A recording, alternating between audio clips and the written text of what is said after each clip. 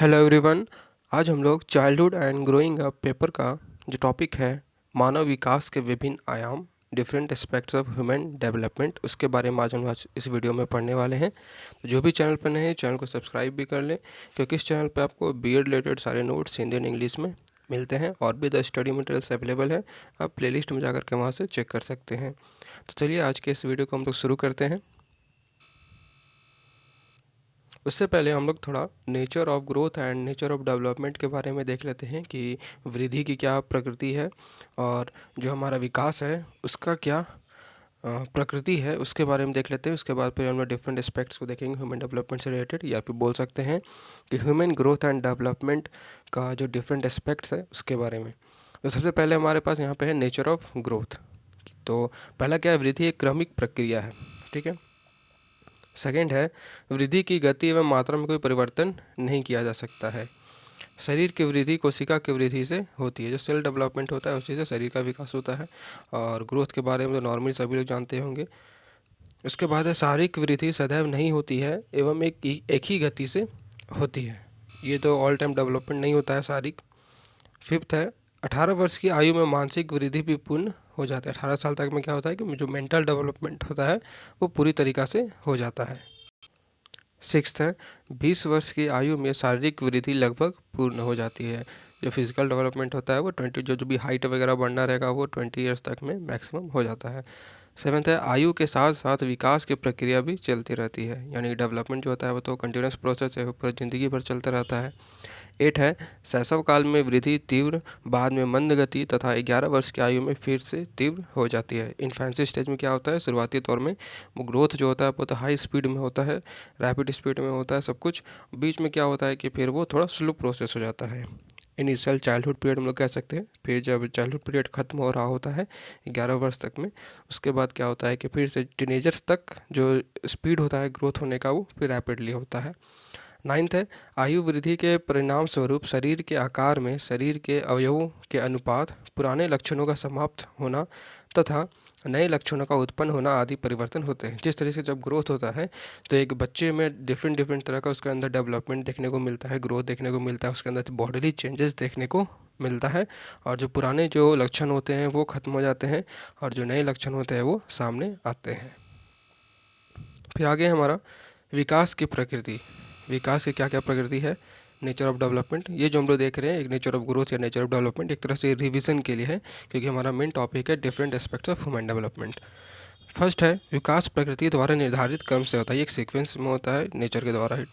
उसके बाद है, विकास एक निरंतर प्रक्रिया, कंटिन्यूस प्रोसेस है। विकास की यह प्रक्रिया गर्भाधान से मृत्यु पर्यंत चलती रहती है। इस प्रक्रिया से प्रत्येक प्राणी को गुजरना पड़ता है। मतलब जितने भी लिविंग ऑर्गेनिज्म में लिविंग बींग्स जितने भी हैं सभी डेवलपमेंट प्रोसेस से गुजरते ही हैं, जो कि जो इन्फेंसी पीरियड से पहले, यानी कि जिस टाइम प्रेगनेंसी के दौरान से ही जो बच्चा होता है उस वक्त से ही लेकर के जब तक डेथ नहीं हो जाता है तब तक यह जो डेवलपमेंट प्रोसेस है वो कंटिन्यूस चलता रहता है। शरीर के विभिन्न अंगों के लिए विकास की गति भिन्न भिन्न होती है। मतलब कि बॉडी के जितने डिफरेंट डिफरेंट पार्ट्स हैं, ओके, वो हर एक पार्ट्स में अलग अलग तरह का डेवलपमेंट देखने को मिल सकता है। फोर्थ है, विकास सामान्य से विशिष्ट की ओर होता है। प्रारंभ में नवजात शिशु की क्रियाएं संपूर्ण शरीर के संचालन द्वारा होती है। कुछ समय बाद उसके हाथ, पैर, सिर, आँखों आदि की विशिष्ट क्रियाएं होने लगती है। पहले क्या होता है, ये बॉडी उसको कंट्रोल करता है, उसका डेवलपमेंट को या उसको जो भी मूवमेंट होगा। उसके बाद धीरे क्या होता है कि ओवरऑल हाथ, पैर, सिर, आँख सबका अलग अलग तरीके से डेवलपमेंट देखा जाता है और वो अलग अलग तरीके से अपने काम करती हैं। फिर आगे है, फिफ्थ पॉइंट है, विकास एक निश्चित क्रम पैटर्न से होता है। यह एक व्यवस्था के अनुरूप ही होता है, सीक्वेंस एक प्रॉपर पैटर्न के रूप में ही होगा। सिक्स है, विकास की गति और प्रकृति में व्यक्तिगत विभिन्नताएं होती है। यह आवश्यक नहीं है कि एक ही दिन जन्म लेने वाले दो बच्चों का विकास समान गति एवं समान प्रकार से हो, यह तो नेचुरल सा चीज़ है। सेवेंथ है, विकास की प्रत्येक अवस्था की अपनी विशेषता होती है। शैशव, बाल्यावस्था, किशोरावस्था एंड परिक्व अवस्था की अलग अलग विशेषताएं एवं लक्षण होते हैं, क्योंकि सभी जो अलग अलग फेज़ है तो इसमें जो डेवलपमेंट होता है बच्चों का वो अलग अलग तरीके से होता है। किसी में हाई होता है, किसी में स्लो होता है, ठीक है। इस तरीके से डेवलपमेंट अलग अलग फेज़ में अलग अलग तरीके से देखा जाता है और बॉडली चेंजेस भी जो होता है वो डिफरेंट फेज़ में डिफरेंट तरीके से देखने को मिलता है। फिर आगे हमारा जो हमारा मेन टॉपिक आज का, मानव विकास के विभिन्न आयाम, different aspects of human development. मानव विकास का क्षेत्र अति व्यापक है। इसमें शारीरिक, मानसिक, भाषाई, संवेगात्मक, सामाजिक, चारित्रिक, सांस्कृतिक, आर्थिक, आध्यात्मिक आदि सभी प्रकार के पक्षों में विकास समाहित होता है। परंतु शिक्षा मनोविज्ञान में मानव के विशेष रूप से बालक के शारीरिक, मानसिक, भाषाई, संवेगात्मक, सामाजिक एवं चारित्रिक पक्षों के विकास का अध्ययन किया जाता है। इन पक्षों का संक्षेप में वर्णन प्रस्तुत है। तो ये जो टॉपिक्स अभी मैंने बोला, जो टॉपिक्स वो सभी जो है वो different aspects of human development के अंदर में आते हैं। तो इन सभी को हम लोग थोड़ा डिटेल वे में देखेंगे। पहला है फिजिकल डेवलपमेंट, शारीरिक विकास।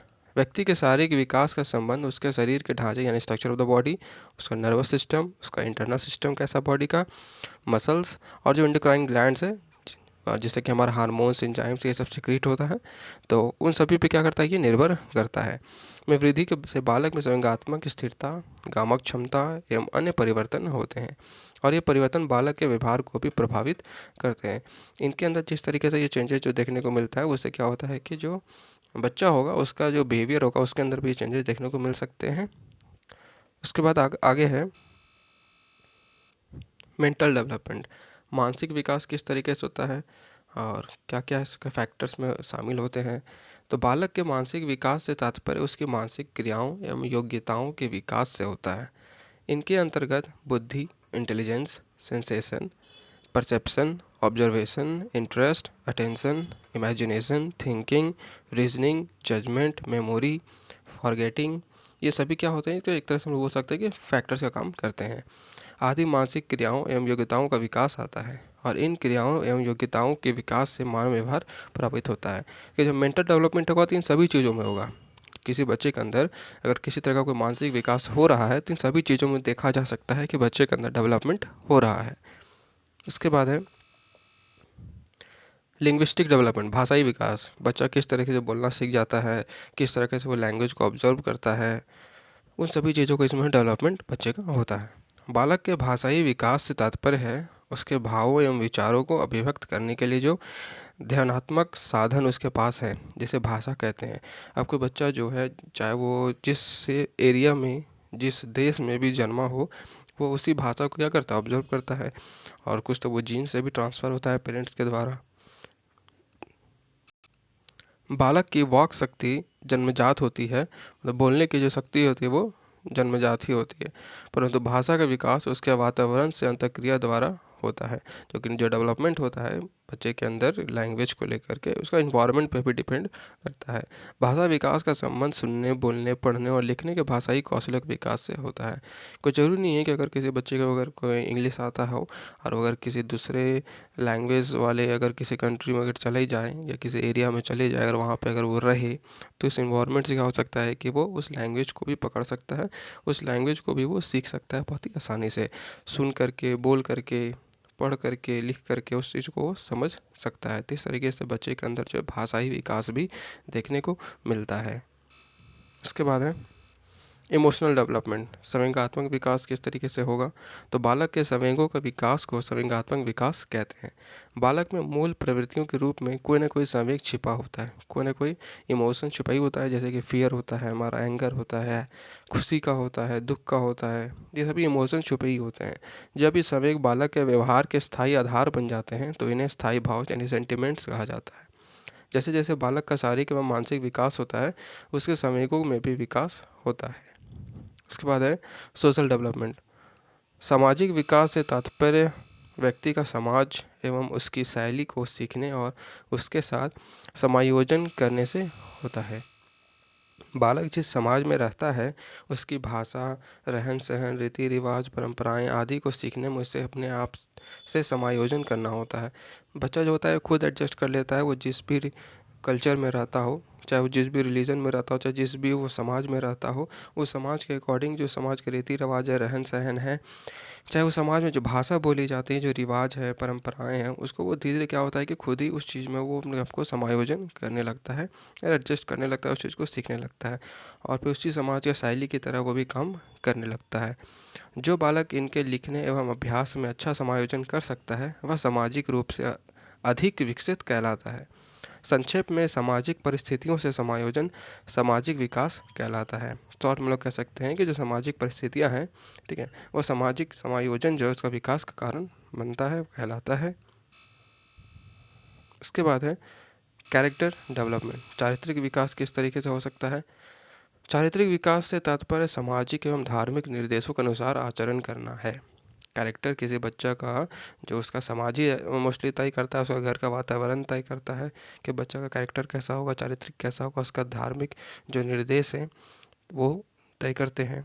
इसके लिए बालक को अपने ऊपर नियंत्रण करना होता है। यह नियंत्रण जितना खूबसूरती से व्यक्ति कर सकता है वह उतना ही चारित्रिक रूप से विकसित कहलाता है। मतलब जो ज्ञान है समाज के द्वारा, अगर उस ज्ञान को सही तरीके से अगर लेता है बच्चा, या जो उसका रिलीजन है तो रिलीजन के उसके जो थाट्स हैं अगर उसको सही तरीके से वो अगर लेता है तो उसके अंदर एक अच्छे तरीके से चारित्रिक रूप में डेवलपमेंट देखा जा सकता है। सामाजिक विकास में समाज के रीति रिवाजों, रहन सहन, भाषा, परंपराओं आदि को सीखना और प्रयोग करना होता है। चरित्र में सामाजिक एवं धार्मिक नियमों के अनुसार आचरण करना होता है। जो समाज और धार्मिक का जो नियम है, रूल्स है, रेगुलेशंस है, उसके अकॉर्डिंग जो है उसका आचरण करना होता है। तो उस तरीके से बच्चे के अंदर एक जो चारित्रिक विकास है उसको देखा जा सकता है। तो आज था ये हमारा notes different aspects of human development उसके बारे में। अगर आपको यह वीडियो अच्छी लगी हो तो चैनल को सब्सक्राइब करें, वीडियो को लाइक करें और अपने दोस्तों के पास भी इसे ज़रूर शेयर करें। तो मिलते हैं हम लोग नेक्स्ट वीडियो में।